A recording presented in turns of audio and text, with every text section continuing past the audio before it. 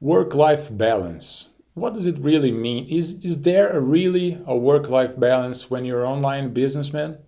Well, I could tell you that when you work from home, it's even more important than anything else. It's more important than anybody else who has a different job. I used to be a very hardworking guy working from home, and then suddenly something made me change. I'm going to share in this video what made me change and how I did it and how my business grew even more after changing my mindset from hard work to smart work. As I have mentioned in other videos here on this channel, I started as a coaching guy. I started working for a coaching company, online education company, and I started there as a coach. They gave me my first few clients, couple clients, 3 clients. It was a high ticket coaching. Then I had to earn it. So I started my YouTube channel, which now has over 150,000 subscribers. And then suddenly I was already one of the most requested coaches from that company. I was about one of the first to reach 30 clients and then 50 clients and up to a maximum of 80 clients, high ticket paying clients. And most of that was they came from my YouTube channel. They saw my videos, they trusted me. We had a lot of connection through video. Video is a great content. That's why I'm here on YouTube again in another channel. So there I started. That was the beginning of it all. And like I said, I was one of the first guys to reach a really high number of clients, and I started working a lot. You must remember that I have always had a full-time job. I work for the Brazilian Customs, and I had to do this other job, this coaching job, from home at night and on weekends. So sometimes it took up to 7 to 8 hours on a Sunday to do everything I had to do to respond to my clients, my students, it's an education business. And suddenly it was taking all of my spare time, most of my spare time. I was already married. We didn't have a baby yet, but sometimes she used to help me with doing some more specific things for my students. But most of the time I was working alone.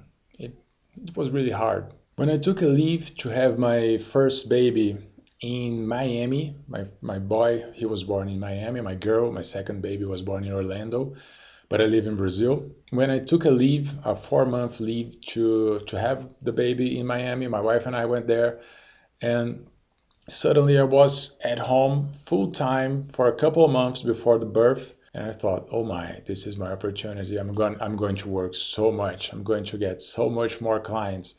And I did that. I was working round the clock until the baby was born, and I reached my maximum number of clients that time. And then my baby boy was born, and that changed everything. Suddenly, my principles, my priorities, it all changed. I used to work 5, 6, 7, 8 hours straight every day on this coaching business. And suddenly I wanted to stay with my baby boy. I wanted to stay with my family.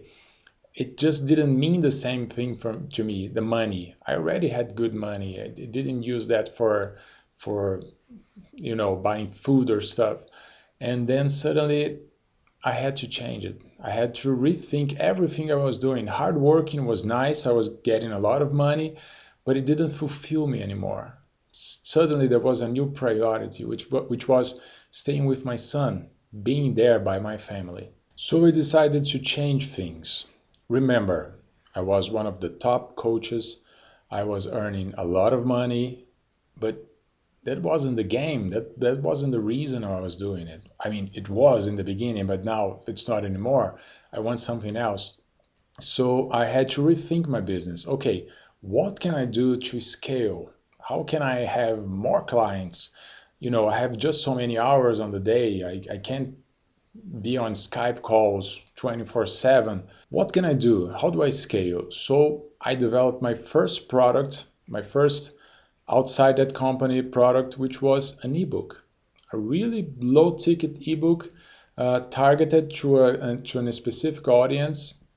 I teach people how to study for job exams, and I started creating these ebooks for specific exams. So I would teach them how to study, how to get the maximum points, whatever you need to pass the exam and get the job.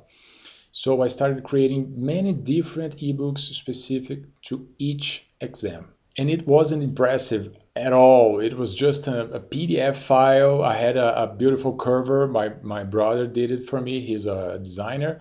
But that's it. The rest was just Word Word file changed into PDF, and that was it. That was the ebook. It's low ticket, like I said, but it's good content. It really helped my clients. So it just started selling. I was looking at my wife and saying, oh, this is the first launch. Okay, I'm gonna do it really, really cheap because I'm targeting a low income job, and I really want to help people get the job. So let's see. I think this is a game changer for them. This is really going to work to help them. And it didn't really sell very well. It really didn't. The first ebook, as I remember, was 19 reais, something like $5 nowadays, and it didn't sell. I don't know why. I sold a couple, I guess, not as I expected. I had already some organic reach through my YouTube channel, which was a couple of thousand, couple 20, 30,000 subscribers on YouTube. So I was hoping for something else. And then I changed it. This is the nice thing about entrepreneurship. You can try, you can change, you can take chances. And so I did. I target some different job exams, some higher income jobs. And I also changed the price range. I'm now selling the ebooks on a more expensive price change, double, sometimes triple price, and it started selling more. The more expensive ebooks sold more than the cheaper ebooks, which is crazy, but we hear about that all the time when you listen to marketing and sales ebooks and podcasts. There is some perceived value on what you're doing according to the price. It's really crazy, but it really works. And I remember looking at my wife and saying, baby, we sold 8 already. That's amazing. Oh, 8, oh my God. And as we were having dinner, there was a pop on my phone, and then, oh my God, 9. I just sold an ebook eating dinner. And we used to play about that, which was really crazy. I was earning money while doing other stuff. Sometimes I'd wake in the morning, look at her. I've just sold 3 books sleeping. And it was a game changer because I wasn't selling my hours anymore. I was selling something else. I was scaling up. And that first great ebook sold about 15 to 20 copies of the PDF file. I loved it. I was so happy. We were so happy about it. And then we started trying some variations, some price ranges, some other job exams. And now we sell 300 to 400 ebooks every month. Now I had a second income, an ebook income, apart from my coaching income. But I still loved coaching and I really wanted to keep doing it. On the next video, I'm going to tell how I changed my coaching process to have more clients and work less. It's the really nice thing, like work less, make more. There's a book by that name from James Franco, by the way, very good.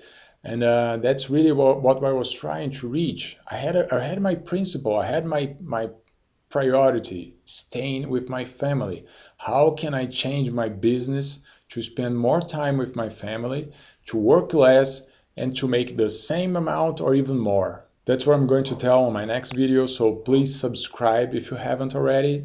Please hit the like button if you liked it, and I'll see you on the next time. See ya.